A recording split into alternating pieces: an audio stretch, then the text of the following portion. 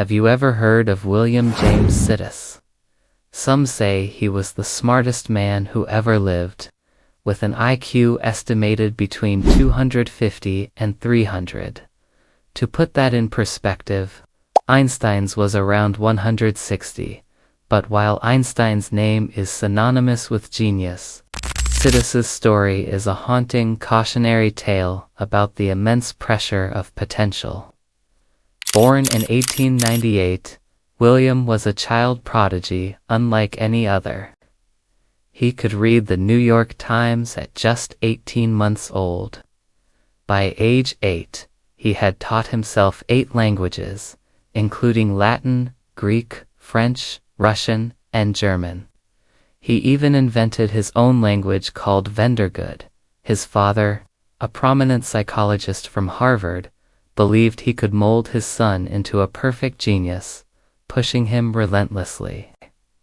At the tender age of 11, William enrolled at Harvard University, becoming its youngest student ever.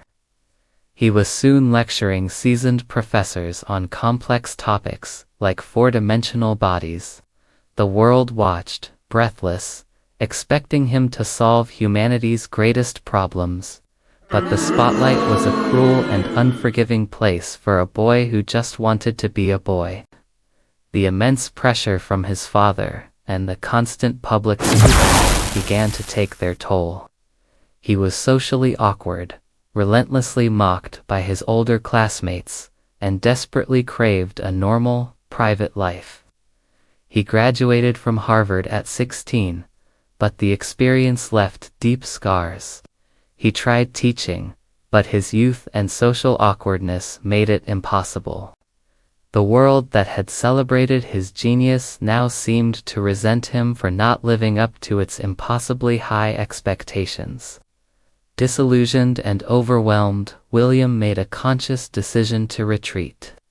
He wanted nothing more than to live a perfect life, which, to him, meant a life of seclusion. He took on a series of low-paying, menial jobs, moving from city to city, deliberately running from his own intellect and the fame that had haunted him. He'd work as a simple clerk or run a calculating machine, anything to avoid thinking and being recognized. Whenever his past caught up to him, he would simply pack up and disappear again. The press was merciless, publishing articles that mocked the former boy wonder, calling him a failure for wasting his gift. In his private life, however, his mind never truly stopped working. He wrote numerous books on obscure topics, from the history of Native Americans to a treatise on streetcar transfers, often using pseudonyms. He was a passionate political activist, even getting arrested during a May Day protest. But he did all this in the shadows, terrified of the public eye. He had found his own version of peace, but it came at the cost of the world-changing discoveries everyone thought he was destined for. In 1944, at the age of just 46, William James Sidis died alone in a small Boston apartment from a cerebral hemorrhage, the same condition that had claimed his father.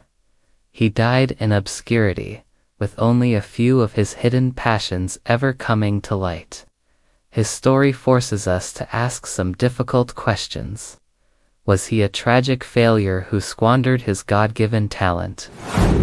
Or was he a man who bravely chose personal peace over public pressure? Maybe true genius isn't about fulfilling the world's expectations, but about having the courage to define your own path, even if it leads you far away from the spotlight. What do you think? Let me know your thoughts in the comments below. Thanks for watching.